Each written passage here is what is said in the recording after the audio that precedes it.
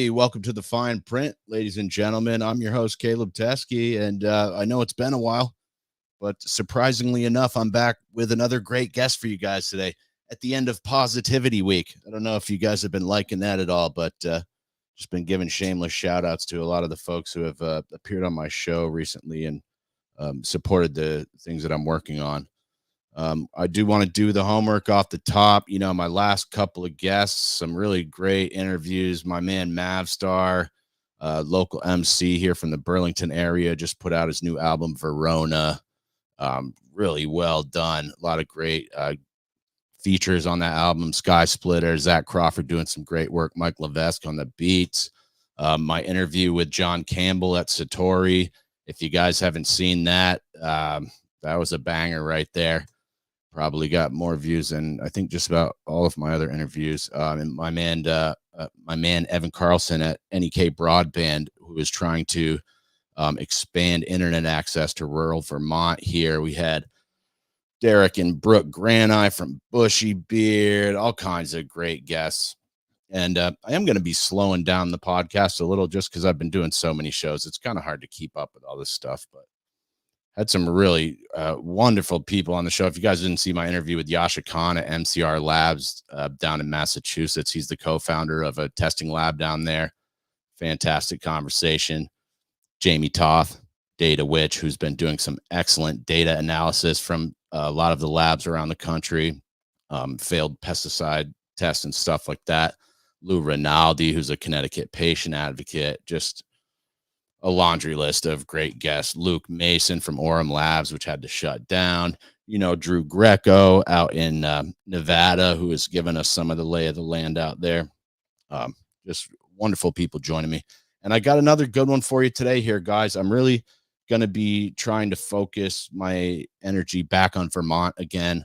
I think that's the best avenue for me. And I've really enjoyed interviewing all the business owners here in Vermont, and it's manageable. It's a nice chunk that I can handle. It's not like California where you need 20 journalists to cover the whole state. But my guest today, and we had to reschedule. Anyone who was looking forward to this last time, sorry we had to reschedule. But my guest today is from Stratford, Vermont. Stratford, there we go.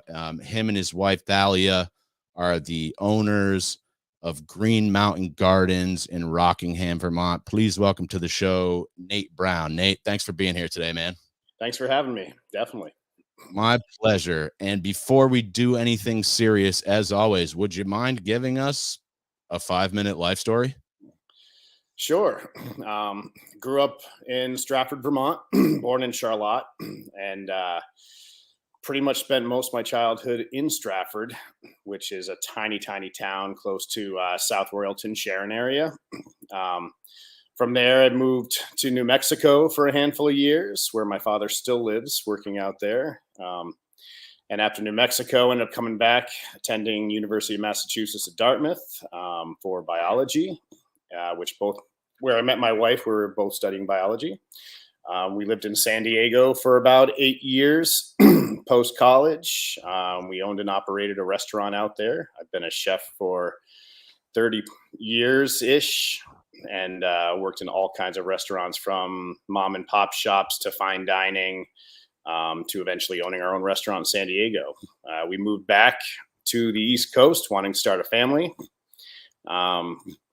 And now it's been about 10 years back on the East Coast, 10, 12 years or so. And after about 4 or 5 in Massachusetts, we said, hey, let's quit our jobs and move back to Vermont, where I grew up, and find a piece of property and start a working farm. Our main purpose of our farm was to raise food and hopefully educate others as to better resources and better outcomes for food and where you can get it. And show people how easy it is to support local farms and really get the most amazing food you can.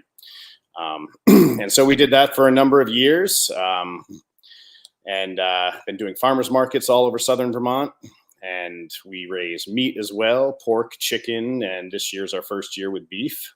And we do all the processing ourselves here on farm, all the slaughtering, butchering, and breaking down of all the animals and utilization from smoking meats and curing bacon to charcuterie and prosciuttos and salami as well.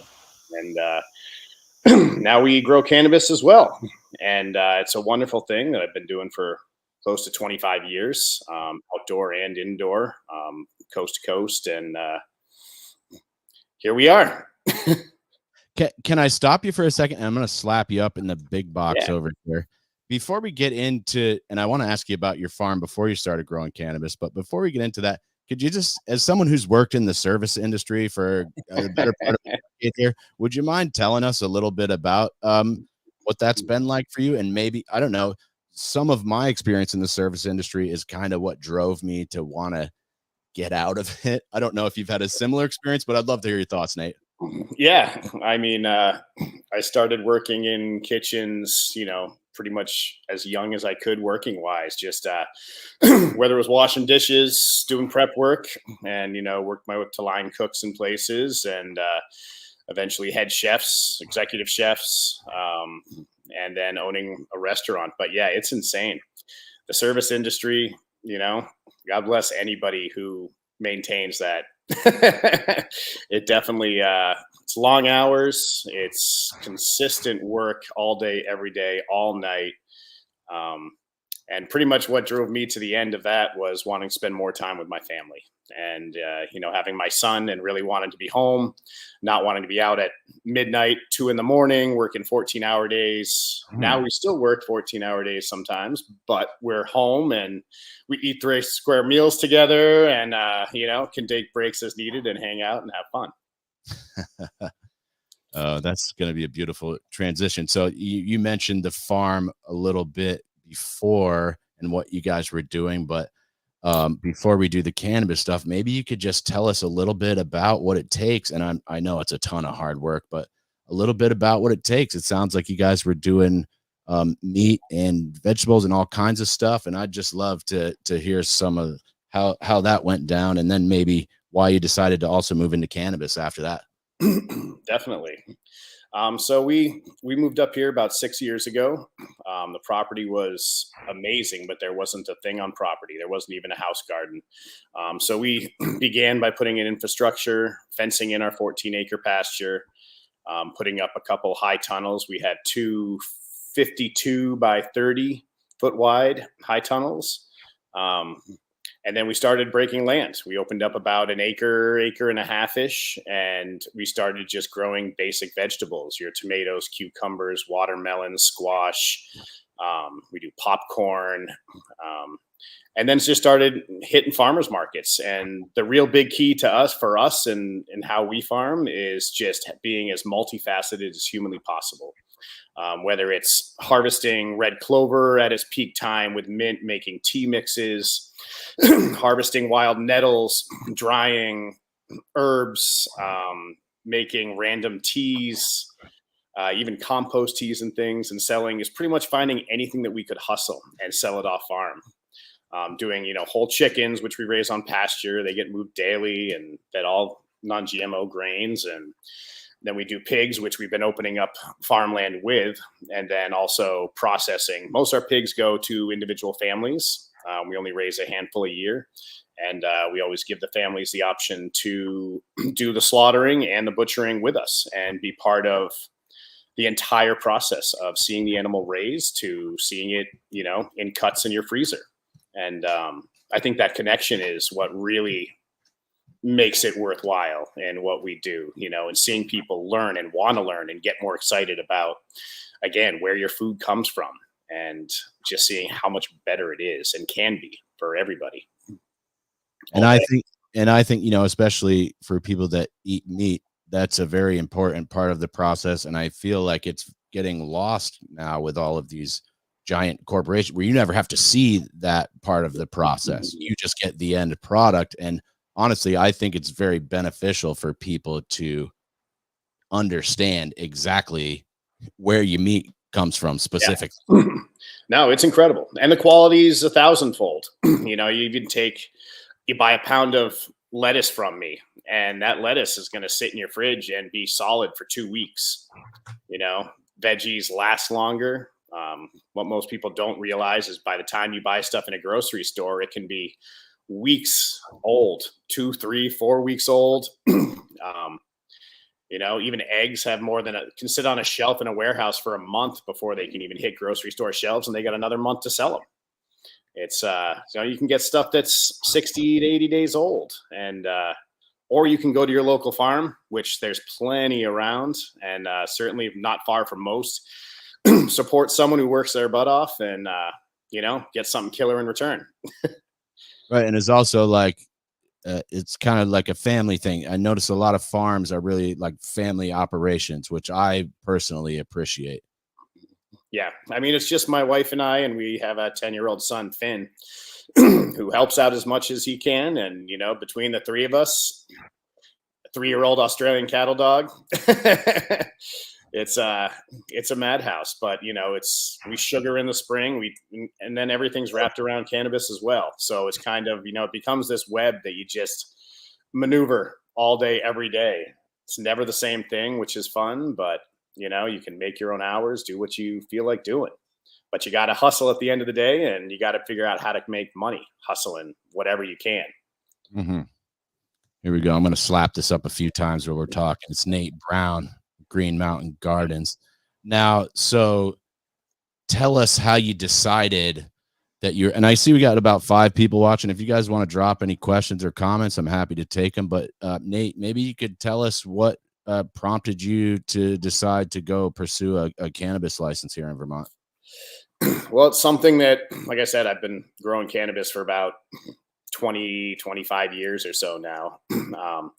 Started just guerrilla grows, end of high school, beginning of college times out in the woods. Back then, me and my buddy would hike out with our dogs and, pretend to be walking our dogs in the woods. But, doing your half mile in both directions around your grows, scoping for cops, doing the whole thing, and just, hustling that way.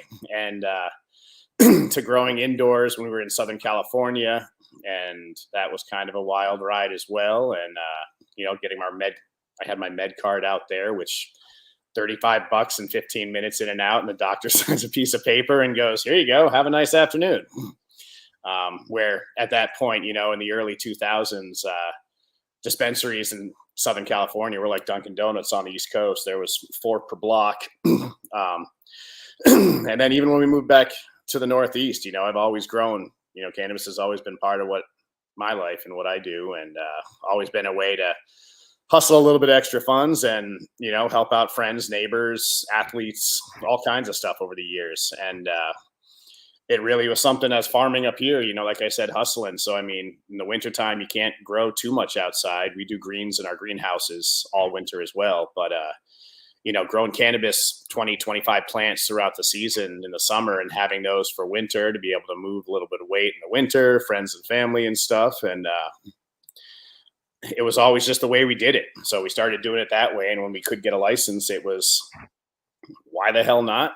And let's try it out. We love growing it, and we have a passion for it. And it works right into a farm. Like I said, multifaceted, no reason not to. Oh yeah. Could you tell everyone, and I know the answer to this, but could you tell everyone what type of license that you got and what that license allows you to do for people that might not know? Yep, we're a tier 1 mixed license, which in Vermont allows us up to 1,000 square feet of canopy indoors and up to 125 plants outside as well.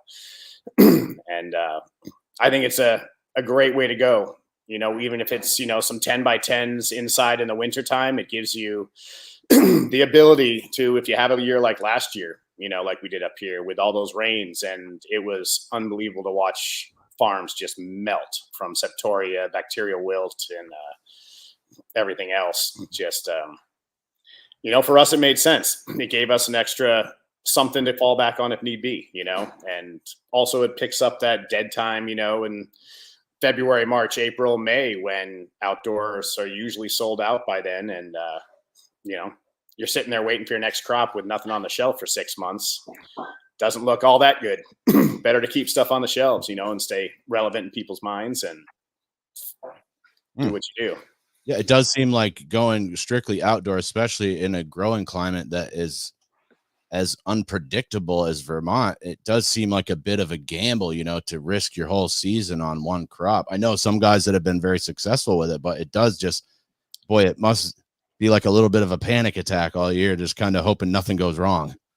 I would, that's the way, we see it. It's, now we've really, with cannabis, we scaled back on our farming, before we were doing, say, 400 broilers, every season, doing 2 batches of 200. We've cut it back to 200. We've cut back, our veggies down to maybe half an acre. And we still run the same amount of pigs and stuff like that. But it's, we were able to cut down a lot. And we just do our local farmers market here in Bellows Falls now, just because it's local, and we love being able to, bring great food to people locally that might not have the best ways to get it. But yeah, cannabis helps out a lot. So Nate, let's talk a little bit about, since you got the mixed license, I thought, and I've had a few people on with the mixed license, but I thought this would be a good opportunity to tell us like how you go about like your cultivation techniques, outdoor versus indoor. Like what, we'll go through the whole nine, like what you're using for soil and maybe irrigation or nutrients and genetics and the whole nine here, because I think it's been super fascinating to me to talk to the mixed license guys about how they go about the different growing environments. Yeah. So outdoor, we grow our cannabis the same way we grow our food. It's as clean as humanly possible. Outside, we use local composts, which we get here from Westminster Farms, just down the street, who's a small dairy, who supplies compost to the 2 of the largest organic farms in southern Vermont, which is Walker Farm and Harlow Farm, both here locally. And he does a great job, brings a great product, and that's all we use on our farm, period. So we use no additional anything. Our cannabis goes directly in the soil. We do irrigate in our greenhouses solely because of lack of rain. But outside, we do not irrigate. We pretty much dry farm everything outside. Sometimes when plants are little, then we'll run sprinklers if we hit a hot week, and they've gone in. But besides that, since year one, we still haven't. We ran irrigation last year, and of course, it was the wettest year ever. So we didn't even put it out this year. We just said, nope, gonna leave that alone. And, the plants, we just really work on living soil. So all of our beds outside are 100% no-till. We just pretty much top with compost every season and mulch heavily with local hay from right here on our mountain. We have a neighbor at the bottom of the hill that hays, within a quarter mile of us. So he supplies us with our hay for mulch. And that's really it. It's really all about pruning and really about keeping things as clean as humanly possible. And we're lucky we get huge amounts of wind where we are. We're about a half mile straight up. We have 18% grades coming up the hill, and it opens up to us. And you can see from our house all the way north to Ascutney to the north. So we get just cranking winds that come through. Dries things out really well, and we get full sun. The sun's out, it's shining on the property, so we have no shade up here, which the plants love. So between those 3 things, really just heavy pruning, keeping them clean, watching plants grow. And thus far, we don't need to really add much more. If you do, maybe you can add a little blood meal or something if you see some fade or some other sort of organic nitrogen during flowering when you're going in there. But generally, we don't, and we haven't seen anything since. So it's really clean, easy. Plants go in, plants come out. We leave stalks and the root balls all in ground, and really just work on planting right back in the next year. Now, how about for your indoor? What I'm curious about the lighting, because you said you've been growing for quite some time, and I've talked to a number of guys who used to be on the high pressure sodium metal halide kind of program and now have shifted over to the LEDs. I'm wondering if you've had experience with either of both of those kinds of lighting. Both. I've run high pressure sodium, not as many metal halides. Back in the day, it was kind of metal halides were really just pushed as this big veg light. And they're finding now that metal halides have, I think, some of the best spectrums overall. But really, when it comes down to, I think I don't think LEDs are quite there in terms of spectrum, but they do use a whole lot less energy. So I mean, your bottom line is your dollar and your electric bill. I mean, the LEDs are going to help you out dramatically.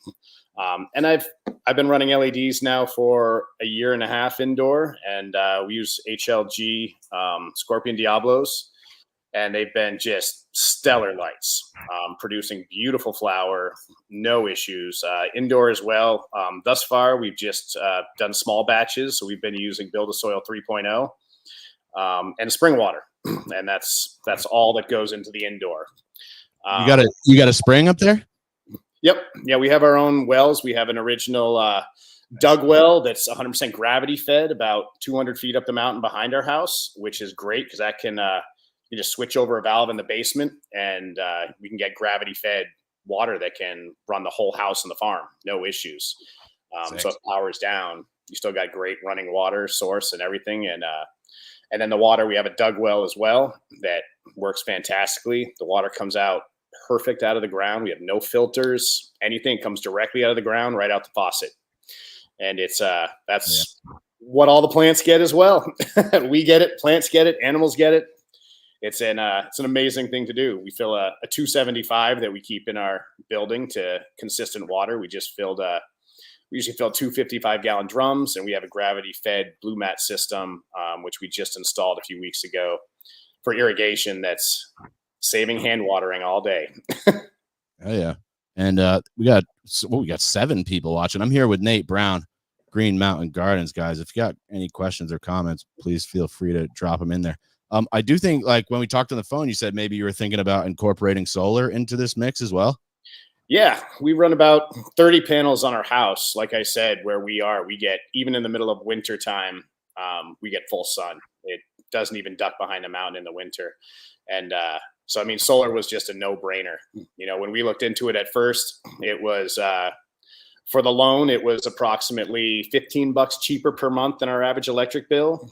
You know, and 6-7 years later, you own the system, and then you have a 25-year warranty on almost all the products. So it was a win-win. So, I mean, we provide about 90-ish% of our power on our farm is solar. And our next step, hopefully, as soon as we pay off the building we just put up, then it's definitely moved to solar for the building, because that's a win-win in my book. You know, that's the big downside to indoor is those bills, power bills. Mm. Did you talk to Efficiency Vermont at all?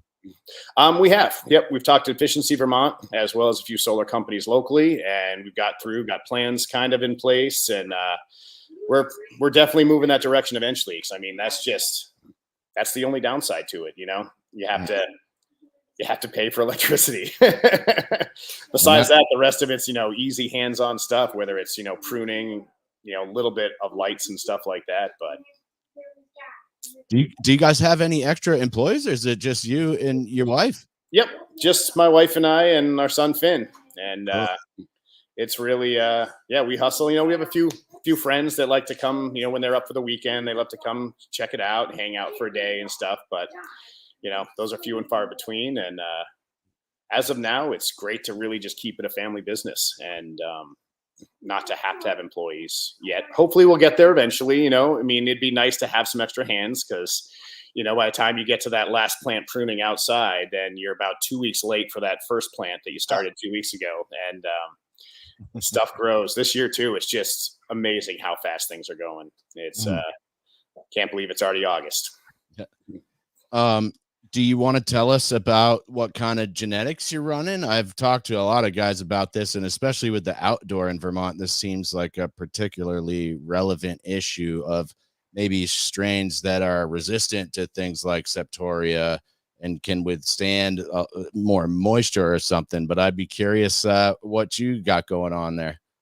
Yeah, so we've been running a handful of stuff. Calco Genetics out of NorCal, and Green Source Gardens, Stayfly Farm are some of the main breeders that we've been working with over the years, or at least running their gear. And they all have great outdoor and indoor testing stuff. So, I mean, they're running stuff all over the place and seeing how it runs. Green Source Gardens and Stay Fly Farm both run huge poly gardens, polyculture, just tons of extra plants, which is what we do. We really strive for stuff that's going to thrive outside, and Vermont's not easy. Northern California is really nice and dry. So that's kind of a here or there. Calco Genetics he's proved over the last bunch of years to be incredible. Or Northern California is on fire, really dry or on fire. Yeah, it's completely on fire, which I even saw the Calco had posted on Instagram not long ago. This was a couple of weeks ago. Fires you could see with your eyes, just from his house.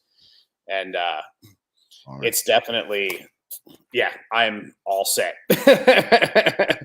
All set with giant fires. I've got a lot of family that live out there as well. And my brother was in NorCal growing in Covelo for many years.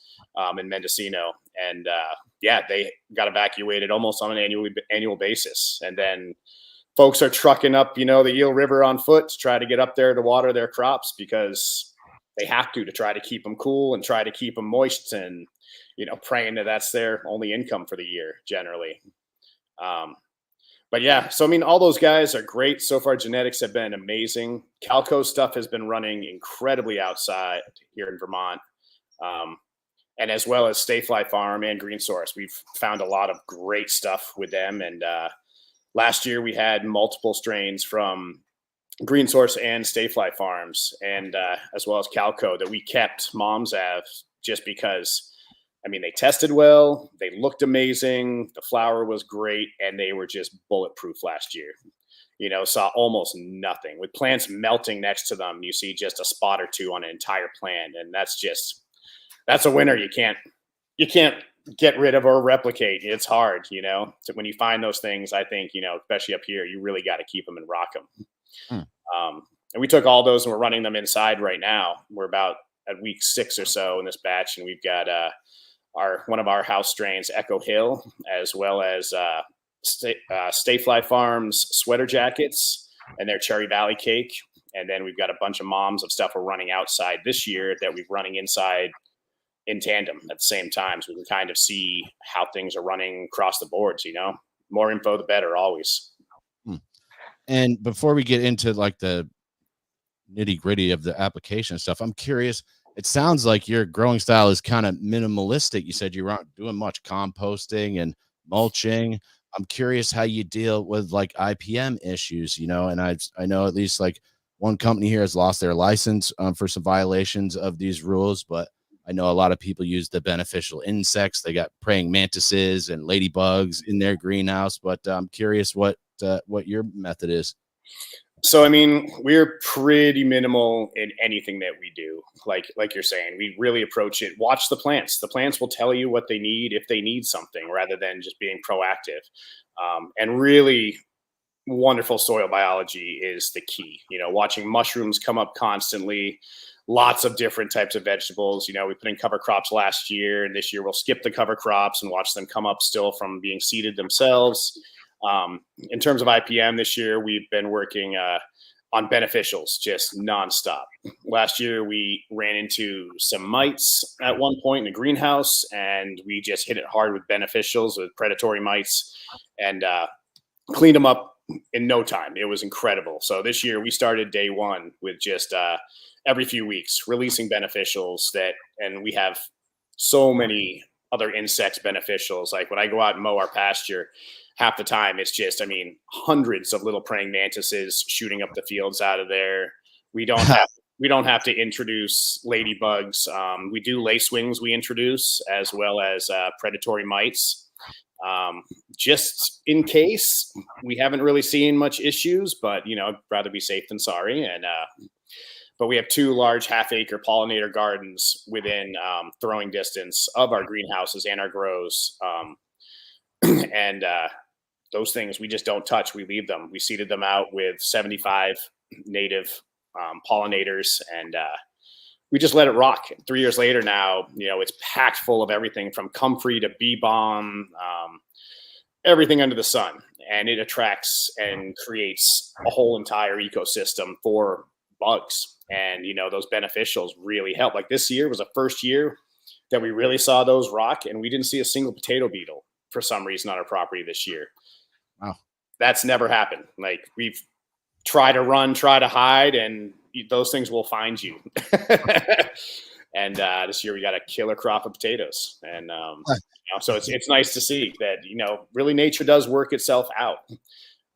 As long as you let it be, as long as you stop disturbing it, stop destroying your microbiology, all your mycorrhizae, your fungal networks. These are things that should be left alone, and your plants will benefit 1,000-fold from their existence. It's tilling. I mean, when we first moved here, we did chisel plow and harrow to open up land, but we had no other choice to get in the ground. Granted, we still we haven't tarped anything yet. We haven't put out in plastic. If we'd like to, there's a few areas we might have to really try to reclaim some areas and try to beat out the seeds, because crabgrass is absolutely brutal. That will beat the shit out of you on a daily basis. But I like your style, Nate. Yeah. We'll do this one more time. Nate Brown, Green Mountain Gardens. Now, so I do want to get into some of the more not exciting stuff about sort of the application process. I know this is kind of like technical stuff, but I like to ask everyone about this and sort of how that process went for you. Yeah. So licensing year one was rough.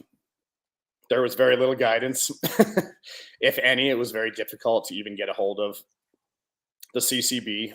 We are blessed here in Southern Vermont to have Chipper Sullivan as our compliance officer. He is worth his weight in gold.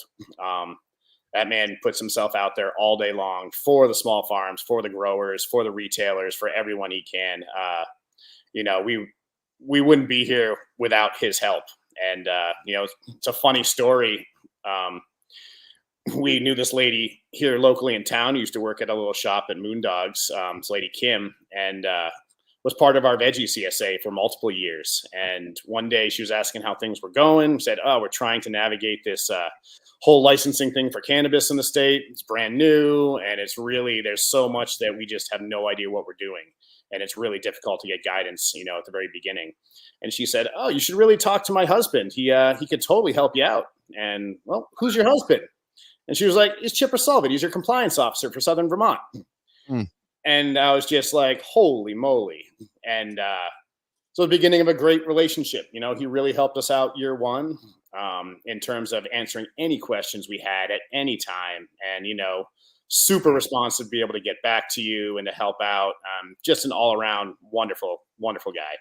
Can't say more about his help, and how he's gotten us to where we are. What a small world, huh? Totally small world. And, good people, just good people. He's got a lot of experience as a grower, as well. And it's wonderful, to see his support for everybody that down here. But besides that, the application was, kind of a pain in the ass all day long. It's a lot of information and a lot of prying into people's lives that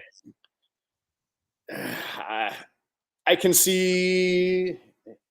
Did you guys hire a lawyer to help you with this, or did you do it on your own? No, we did it all on our own. And it was just, according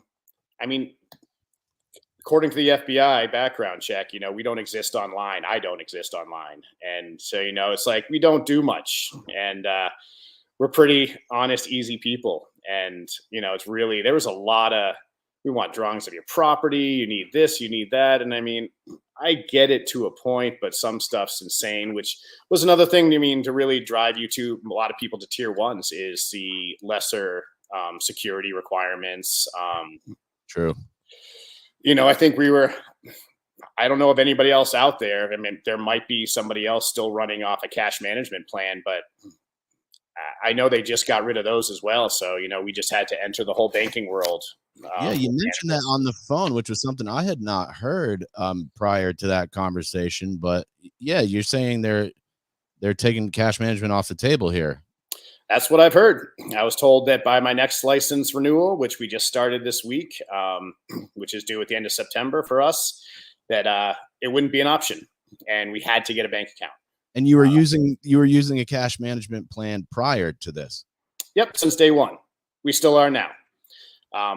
Until we have to renew our license, and then the banking will become something that we have to do, which is kind of, banks are, I just don't think it's super necessary.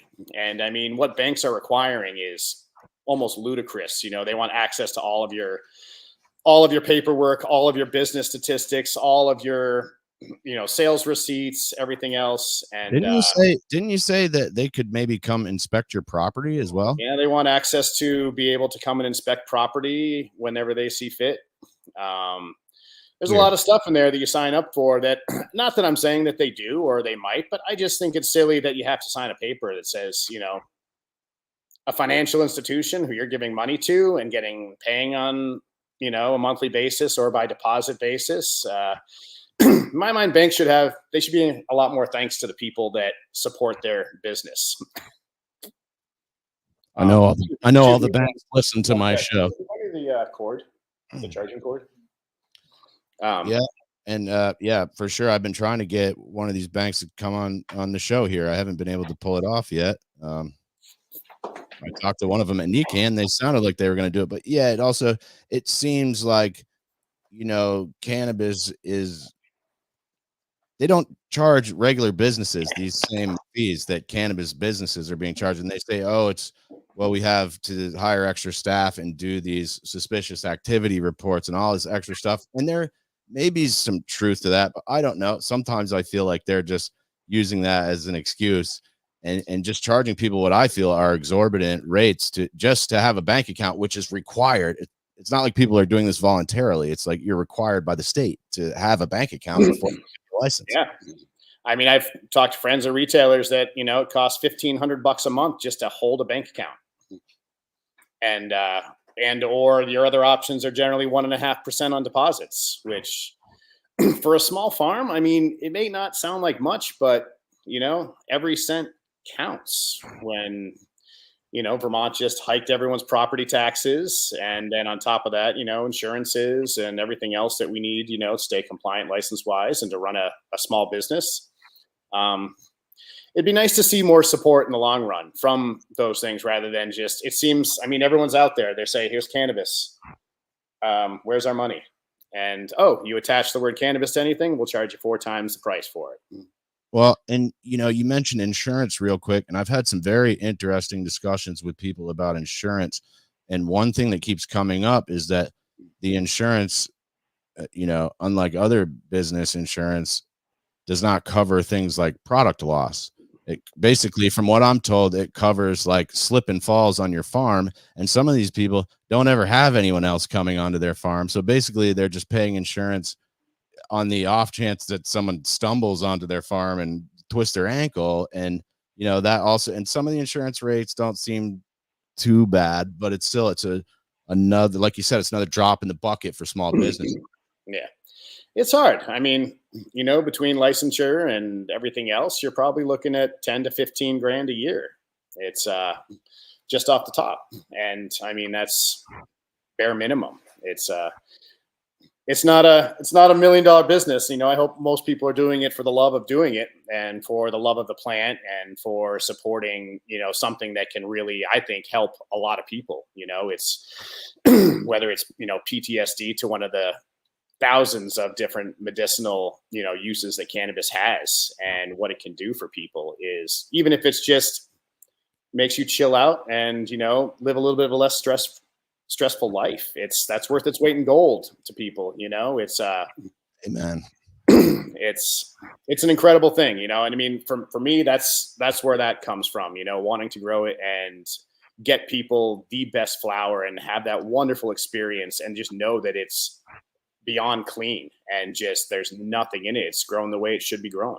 And yeah. And the other thing I wanted to say about the banking too is, like, if they're not going to let you do cash management plan, now you suddenly are going to have to drive all over to the bank. I don't know how close the closest bank is to you, but I know a lot of people, then there's only a couple of banks in Vermont taking these, the credit unions really taking these accounts. And that might be a lot of extra driving as well, just to go do your deposits and, yep. and this. it's I mean, for us, it's not terrible. We have the SECU, so Brattleboro's only 25 minutes, away. But it's it is. I know guys that have, their closest one is Middlebury, and they're in southern Vermont. It's and that's or a lot of folks just, well, now we can't make deposits when we want to make deposits because it's a half a day just to drive to our bank. And hopefully more will be opening, and you never know, maybe with rescheduling, if that ever becomes a reality in life, that might open up, banks and seems like worry. Yeah, it seems like that would, although it opens up a whole other can of worms. But yeah the bank stuff.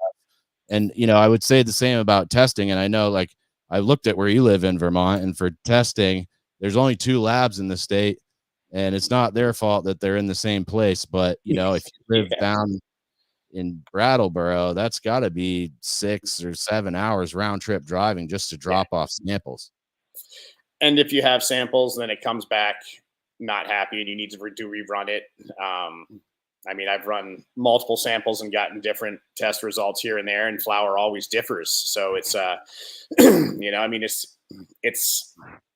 understand testing, and I'm behind testing all day long for a lot of really bad stuff, but I really wish folks would get away from requiring THC numbers. I mean, for our entire lives, we all smoked weed that had unknown THC, unknown terpenes. If it smelled great, if it tasted great, it had a great effect on you, it made you happy. Whether that was a 16 or a 25%er, you never knew. Irrelevant. It didn't matter. And to have that be the sole thing that people are purchasing by makes it a really difficult way to get through to customers. And it's, people treat it like alcohol. They see it's a higher number. That's all I want is that higher number because it's stronger. And if it's stronger, I'm going to get, more of a buzz, or it's going to do more for me, which couldn't be farther from the truth. Completely being just not true. And it's rough. It's going to take time for people to realize that, but hopefully people can get behind the fact that we don't need those numbers. Those numbers don't. Sure, if you have 80 proof alcohol and you drink too much of it, you can kill yourself. Guess what? That's not going to happen with weed. You're not going to smoke too many joints and die. It doesn't happen. You can't OD on it. So I tried. Yeah. I mean, I'm sure people have over the years. It's, you see some scary stuff. There's a whole journal kept by this guy in the Army during the 50s, and they were doing testing, and he ingested like 5 or 6 ounces of hash. And those papers are gnarly of what this guy experienced, over a couple of weeks. I was going to say over the next 2 weeks or whatever. Yeah. But you know what? You come out on the other end and you're okay. I do like the idea of testing, although I'm with you, man. I feel like the THC stuff, it's just like, I don't personally care about I know some people like to see those numbers, but I think you should do it like Fruit Loops, where you have to just follow your nose. And I think that would be an interesting experiment. And I don't really love the fact that the THC percentage is driving the cost of the sales, because, like, look, you could sell a Mike's Hard lemonade, or you could sell the Mike's Harder lemonade, which is 8%. They're both terrible, but you can get more money for the one with the higher percentage. And I don't like that idea when it comes to weed. I don't think it's the way to go. I'm with you. And it's not comparable. Yeah. And some of the testing I do think is legit. Like the pesticide testing, I think is probably a good idea. Absolutely.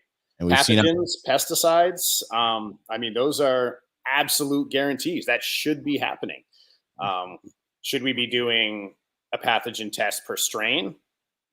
No. That changing last year was, it just stopped a lot of us small farmers that had really diverse genetics and loved to be able to try and experiment and bring more to the community and be able to say, all right, I can grow these like 5 strains and that's it. So that's all I can afford to test. We can't grow what we want to grow because you can't afford it. That's what I was going to say, is that it does seem, and I know labs, there's like a threshold of how cheaply you can run these tests, depending on how many you do. And I respect that. But like, it does seem like some of these rules are going to cause people that don't have deep pockets to maybe consider just like going back to like 1 or 2, when really like the variety is the spice of life there. And I'd love to see, like, if you want to grow 9 or 10 strains, I love that. And it's a bummer to see that maybe the cost of testing is limiting the amount of, different genetics stuff that people could bring to market. Totally. It's the big change in it for us last year. I keep saying this over and over. It didn't affect anybody negatively, but small farmers to require. Can you tell us exactly what the change was, please? Yeah. So previously we would have a pesticide test and a pathogen test per harvest lot. So for us as a tier 1, we have 125 plants outside, not in a huge area. I mean, I could throw a rock 3 times the distance of our entire plot. It's not a big area. Everything's treated the same. Everything's fed the same. Everything's sprayed the same. The whole thing just has to be your harvest lot. Everything's just done the same. And you're required to do a pesticide and a pathogen per harvest lot. This past year, it was the end of September, maybe beginning of October, right at harvest, the CCB changed it to you needed to have a pesticide test. You could do 5 cultivars per pesticide test. And then you're required to do a pathogen test for every cultivar that you grow. So us having 16 strains last year, we had to do 16 pathogen tests.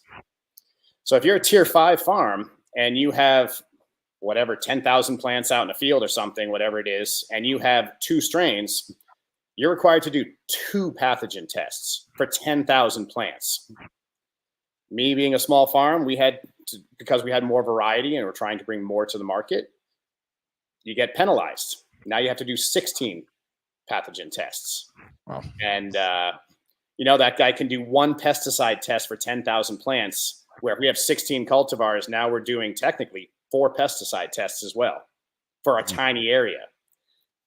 It just doesn't make sense, because you're not really, by doing more testing that way, the only people that it's going to affect negatively are small farms that are really diverse and are trying to grow a lot of different neat cultivars and really thinking about how different cultivars can affect people rather than just going, no offense to a lot of amazing flower out there, but really a lot of just generic strains that, folks are growing nowadays that are beautiful flower and, are proven and somewhat easier, rather than stepping out of the box and looking for something special or something different, that really might help or affect people.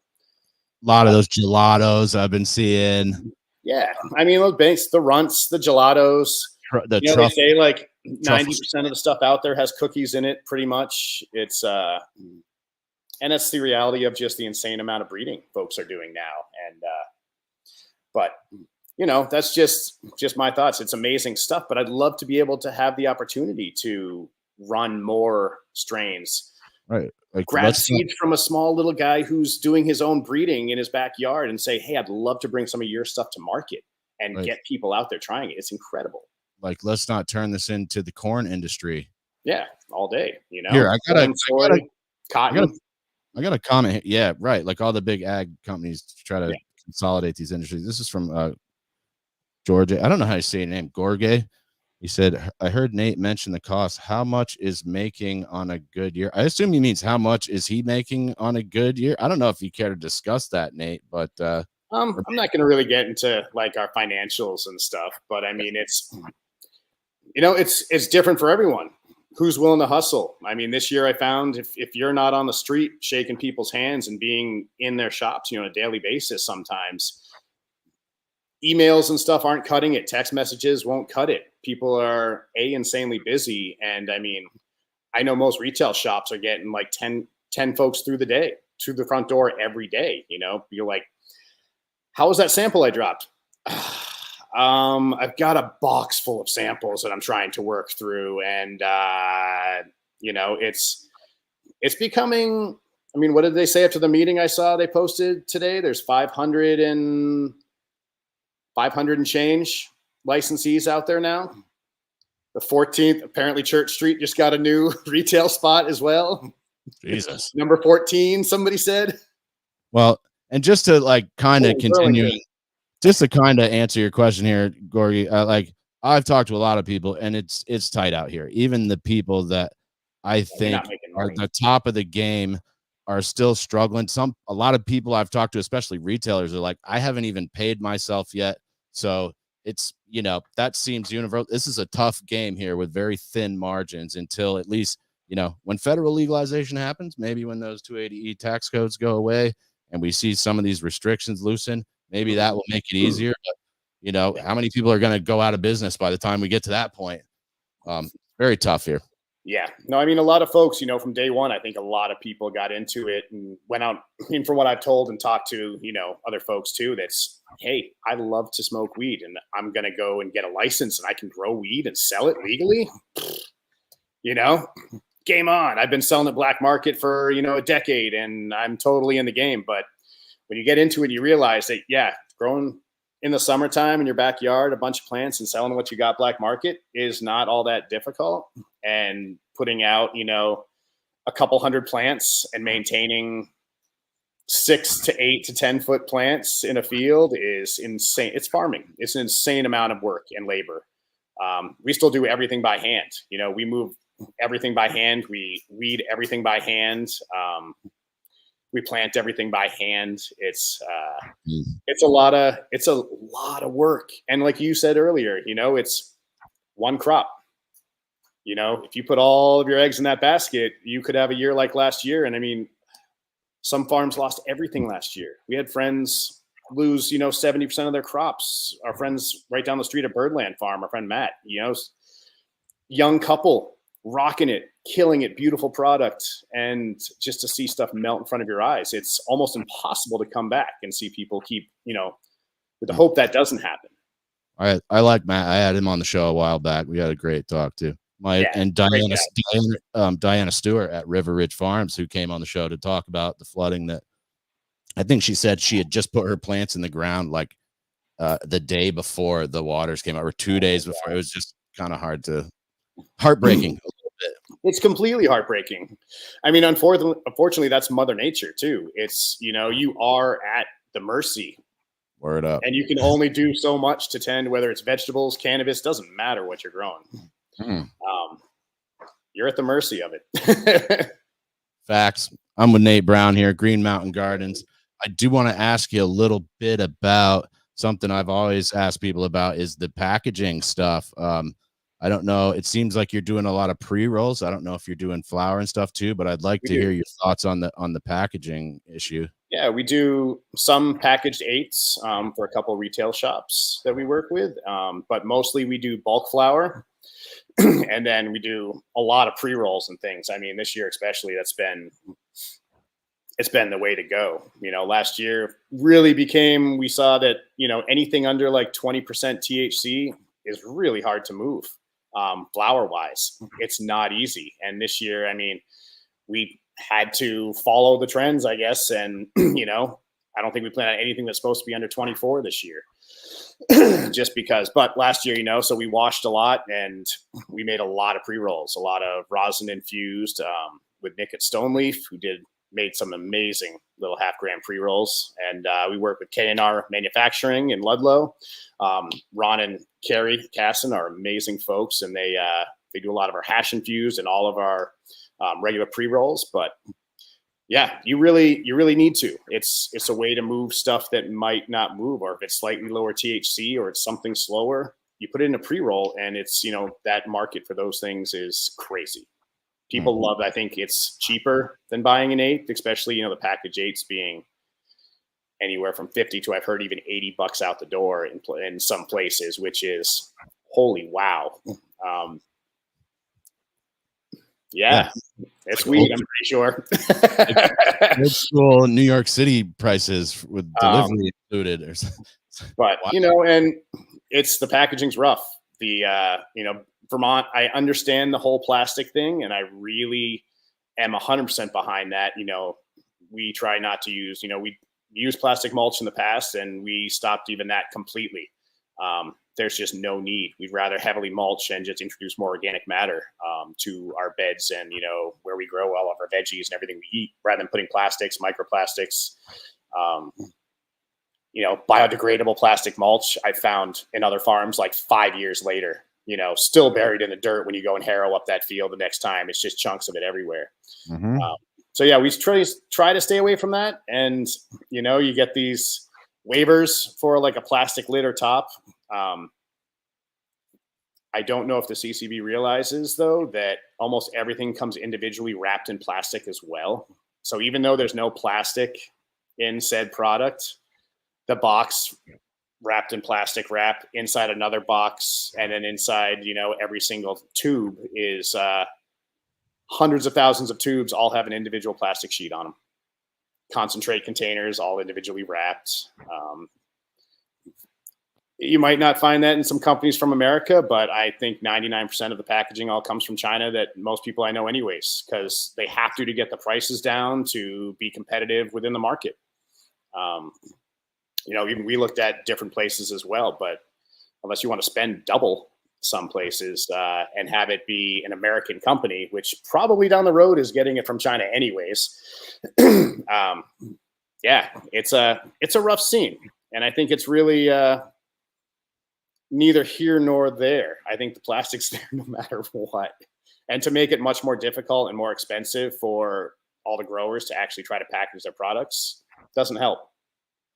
How do you feel about the idea of like farmers markets or events where like you could just bring a giant gallon mason jar? Maybe I could, bring one of the jars I have in my house and just grab an eighth from you. And then, or even a Ziploc bag. I have Ziploc bags. Like, yeah, you can use a Ziploc bag a bunch of times, but how do you feel about like the public events and ideas like that?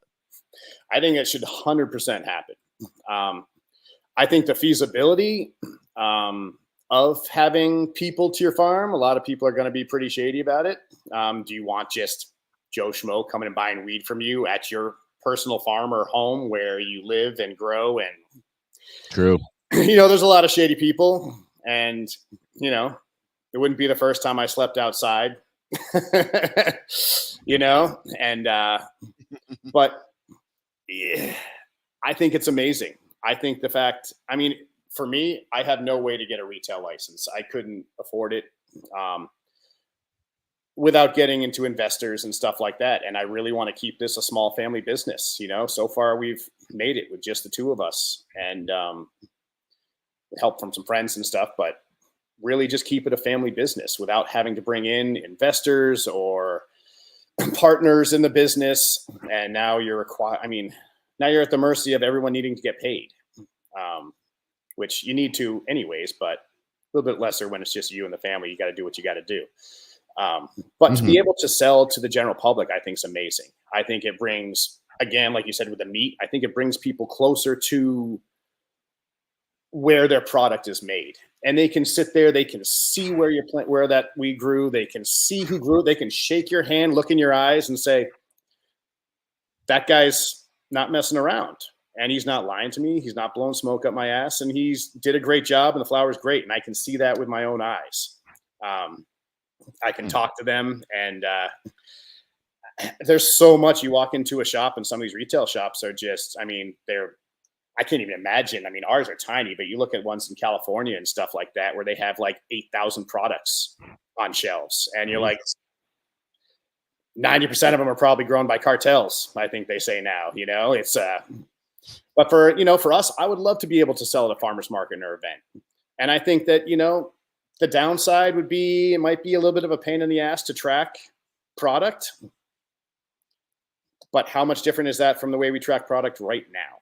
All I do is fill out my transfers and et cetera, and what's gone through. And I enter the data manually myself in the computer for the CCB. We're really on top of it all for ourselves and business. And then if I brought 4 ounces to a market, whatever I sell, I come back and say, hey, that was transferred to sales. Oh. I don't know how it would make any difference for the market. It certainly wouldn't hurt retail shops to have growers be able to sell off their farm or direct to customers. Right. And help build their brands a little bit, out in public. I think it would be a great thing. Yeah. And also some of the retailers also have cultivation licenses. So it's like, hey, you could go do that as well. Yeah. I think that's a win for everybody. Everybody.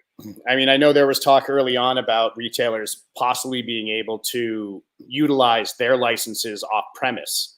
and to be able to hold events. But I don't think anything's really gone forward with that. Like, say, hold an event at a brewery, and you could have growers there with product on tables, and you could treat it like under said retail license, which would be another cool avenue to do as well. And I think it would be fantastic. Yeah, me too. The last thing, well, I got two more for you. The other one was, I wanted to ask you how the product registration has gone for you. For us, like I said, Chipper Sullivan, he's amazing and is so on point. And any questions, even if I've had an email bounce back after we put in a product registration, something comes back, oh, you didn't put in this terpene or something was not filled out. Even if it was filled out, which 99.999% of the time, it always is filled out. The system just tells you it's not. We just call Chipper and he says, oh, hold on, let me poke into my computer real quick. All right, you're all set. I see it there. The number's there. No problem. It was just a mistake. So it's, having an amazing compliance officer is super helpful. And it makes product registration not difficult for us at all. I mean, to have him be really on point with his job. That's nice. I've heard not so great stories from other folks in different areas of the state. And I really just wish people could look at the small farms that are trying to do business and really try to help these folks. Because if you are sitting on those pre-rolls for 3 months and your product registration hasn't gone through and you've been calling, you can't call the CCB really. You can email and hope to get an email back. I've had both experiences, right away responses and no responses. I've had even email and then someone call me within 5 minutes, which was fantastic, but a holy shit moment. And, damn, I wasn't quite ready to get this call. Yeah, but I mean, it's hard. But if that small farm can't get that product out and they're sitting on a product and you're like, I know when I do it, the cost of putting those products to market and getting the registrations in, it might cost you $4,500 to do, a product, and you have 600 of these and you need to get them out to market as fast as possible so you can recoup some costs so you can pay your taxes to the federal government because, they want those on quarterly or they want to fine you. Yeah. The taxes are also kind of ridiculous in my opinion. It's insane. I forgot that was way back on the list, but yeah. We chase it. It's like, no one's making tons of money. Everyone's, as far as I know, most people are living paycheck to paycheck. It's not oh, you sold weed and you're cushy. It's no, you better hustle and hustle more. Let me slap this up again. Nate Brown, Green Mountain Gardens. This is one question I always like to throw in at the end. And some of the stuff we've probably touched on, but I still like to throw it in. If you could rewrite the legislation for legalization, what are some things that you would keep or change or completely get rid of? Caps, any kind of THC caps, solely because it makes no sense. Like we said earlier, THC does not matter.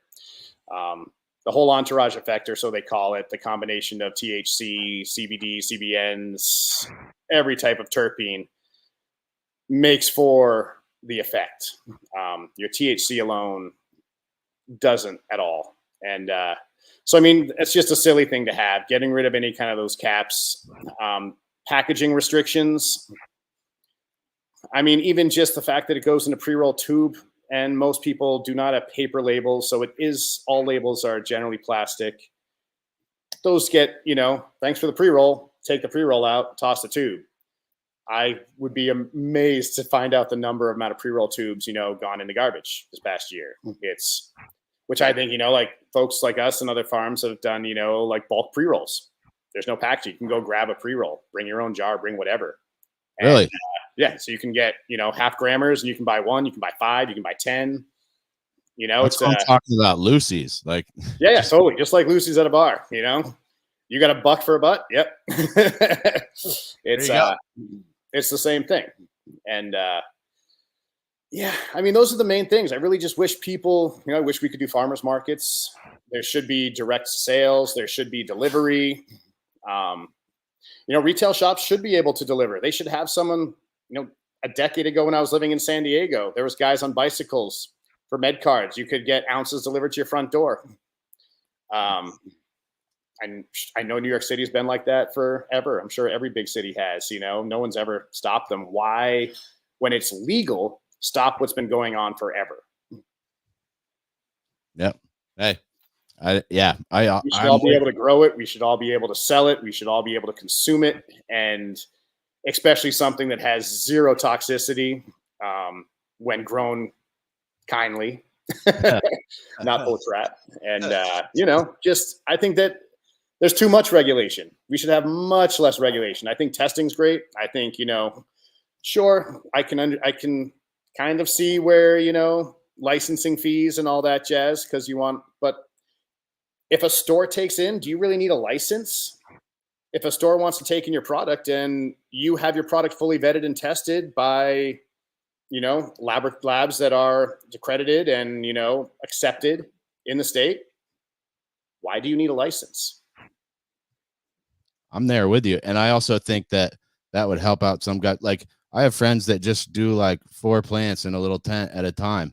They don't grow a ton of weed, but like, you could grow your maybe little, 10, 15 pounds a year, package it up and make an extra 20, 30 grand for yourself. But with all the application fees and all the little death by 1,000 cuts, I said, it's like, it's almost not even worth it for those guys to try, even though they've been doing that same thing for years and it's been going great. And they, some of those homies will still sell me herb and I like it. I don't have to pay taxes. It goes straight to the guy who grew it. And I appreciate that. I mean, when you start putting money in front of things, that's really, that's the big game changer. Money. It's, if we could, the world would be a better place in my mind if we went back to bartering, and people doing what they needed to do. But obviously not a reality. And, we can all work within the licensing and the structure and stuff. But I mean, you have me do an FBI background check, but then if I admit that I'm a felon and I have a felony for selling weed back in the day and I was in jail for like 4 years, I get my license fee waived. I could get it waived because my dad was arrested by the FBI. I could get the social equity. I didn't do anything. I just didn't get caught for my entire life. And I'm still doing the same thing. I've been selling weed for my entire most adult and 16, 17 plus, most of my adult life. And I love that. I do it legally, but I love you guys that didn't get caught. Great work. Basic set of rules, and don't ever deviate. Keep your rules. All right, Nate. So I'm going to sign it off here. I'm going to slap your logo up one more time. Nate Brown from Green Mountain Gardens. However, since it is the end, I always leave my guest a little spot at the end for anything we missed that you might want to throw in, any shameless plugs or shout outs.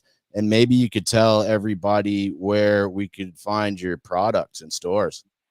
Yeah, I mean, definite shout out to everyone that helps us get products to the market. The manufacturers we work with, Stone Leaf and K&R Manufacturing, Westminster Farm for your compost. Thank your cows for drink your milk. Keep these guys in business.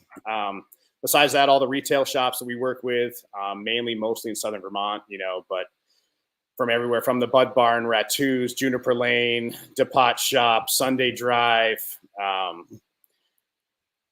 Anybody else I'm forgetting out there? There's a whole bunch. Rolling 20s, Down to the Roots. Everywhere we try to stay. We try to stay as local as we can. We're slowly branching out from Southern Vermont. And we love working with everybody that we work with. We haven't met anybody in the industry that's ever rubbed us the wrong way. So, I love the fact that people can be respectful, people can be kind, we're all in it together. People should work together. More farmers working together, more retailers working together, more manufacturers working together. Why retailers get an email and growers don't get that same email, or manufacturers get an email. We're all in this together.